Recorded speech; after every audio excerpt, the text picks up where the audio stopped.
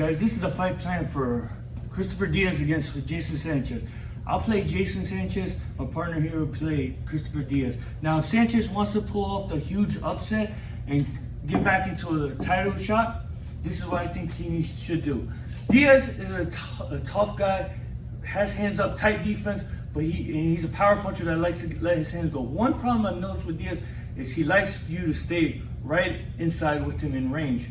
He likes to be in close, tight, and let his hands go. I think Sanchez, he does do well measuring. I think he should measure and use his feet a lot, because with Diaz, he's lost twice to people that are taller and that move and throw punches. I think Sanchez should do the same thing. Measure, and then once Diaz gets in close, shoot only straight shots, and then use your feet to get out. I say only those straight shots is because I've noticed when Sanchez starts to let combos go, sometimes he'll throw straight shots and his hooks will slap, come out wide, and he leaves himself exposed when he starts throwing other punches. With this, Diaz is a good counter puncher. If he sees a mistake, he'll rip hard hooks and right hands. That's why I said he should only stick to the straight shot. Here, straight shots, and then back out, moving. Now, if Diaz was to get inside, let his hands go and rip hard, fast combinations, this is what Sanchez should do. So go ahead and don't come in. I think he should tighten up. You keep tightening up and then use your feet. Get out. Don't try to stay there and exchange.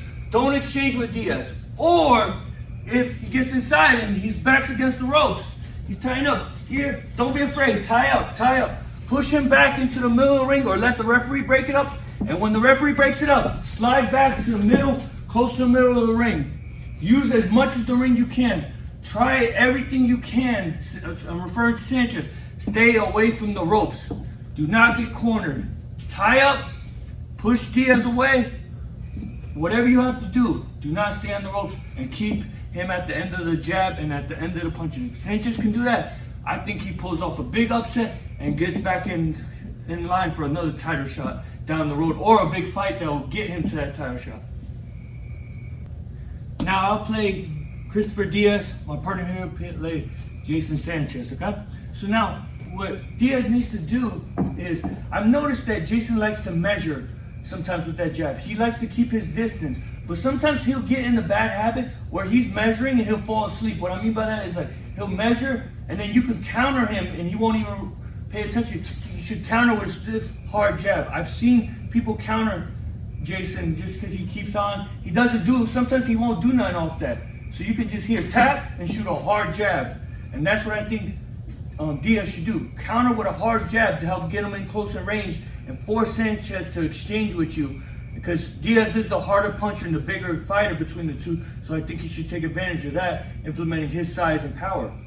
Another thing I've noticed is Sanchez sometimes gets a little lazy with his jab and he'll shoot it and then he'll leave it out there a little too long. So I think Diaz should slip 2-7. And immediately I say go to the 7, because Sanchez likes to use his feet. Not a lot, but he does have decent footwork around the ring. So right off the bat, to prevent him from using that, slip 2-7 right away. Slow him down, starting from the very beginning of the round to the end of the fight. Keep banging that body every time. Jab, slip, 2-7.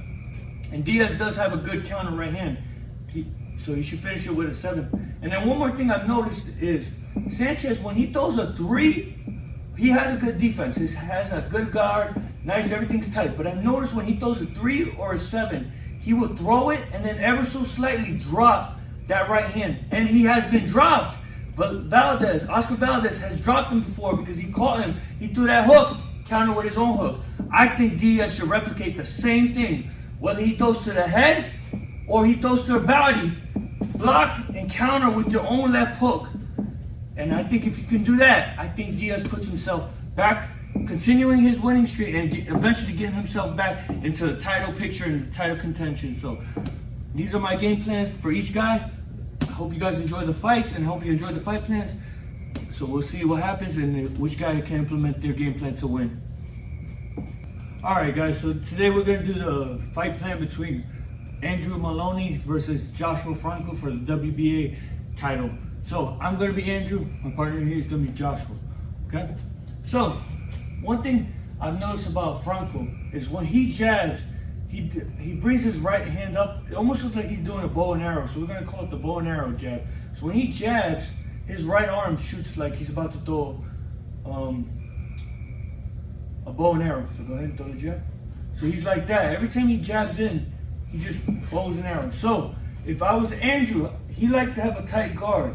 I would say the moment he does that, slip in and shoot that 7. Normally I would say go with the 8, but Andrew's got a very good 7, so I would just say wait for him, stay here, slip, 7, and then after that 7, if you want, slip in, finish with the other body shot, or just come right back up top after that. Another thing I've noticed too is that Joshua has his hands up real high. He leaves the body. You can hit him whenever you want. But here's something I've noticed is when you jab him, his hands go up even higher.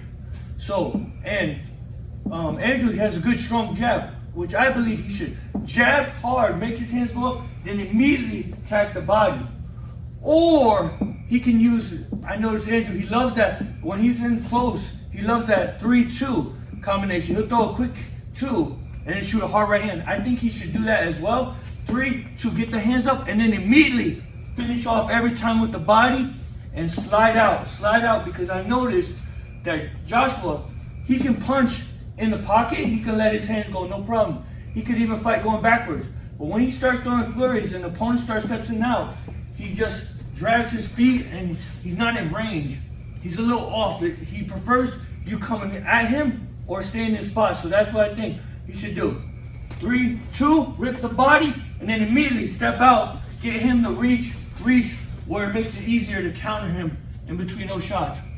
If Andrew can do that, well, I see him leaving with the WBA title. All right, guys, now we're going to do the other way. I'm going to be Joshua, the partner here is going to be Andrew. Now, and I've noticed Joshua has a sneaky uppercut that he can jump in, but he doesn't use it much. I think he should use it this time, and I'm going to demonstrate. Sometimes I've noticed in fights, sometimes he'll do it either standing here or he'll bait you in. Every once in a while, he'll quickly jump in with uppercut. I think he should do that because Andrew comes with a high, tight guard, and he's a power type guy. He likes to come in, muscle his way, or give you a stiff jab hard, and then to get on the inside. So I think he should, move around, bait him where he's not punching. He's just out of range where Andrew can't shoot those hard shots. And then just when he wants, boom, slide that uppercut in, and then in there, work. And this plays into our next game, part of the game plan, is because when it's inside, Andrew has a nice tight guard.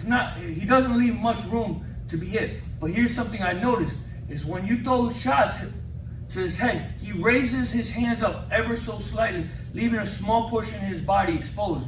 So I think Franco, after he uses that uppercut again inside, throw some shots inside, make his hands come back up, and then go around his elbows and hit to the body. And the reason I say around the elbows, because if he tries to shoot a body there, he can see how Andrew drops. Andrew does block body shots well. So I think he shouldn't just shoot right up the middle with uppercuts or short hooks. I think he should tap up and then go around. So even if he drops that elbow, I still catch around. I think that's what Franco should do, is use him, bait Andrew to jump in or come forward. Jump in with that uppercut, that sneaky uppercut, left uppercut, that 5, that lead uppercut that he has. And then touch up top and immediately rip to the body after that. And then jab the way out to reset. If Joshua can do this, I see him pulling off the victory and taking that WBA title. All right, guys, these are the keys to success that I think both guys should do to win the fight and continue on to bigger and better things. I hope you guys enjoyed. Make sure to check out, because since boxing's back, I'm going to be doing this more often, the fight plan. So make sure you stay tuned. As always, like, comment, share, subscribe with everyone. I'll see you next time. This is El Castigador, and this is my buddy Dustin. We'll see you next time. Okay.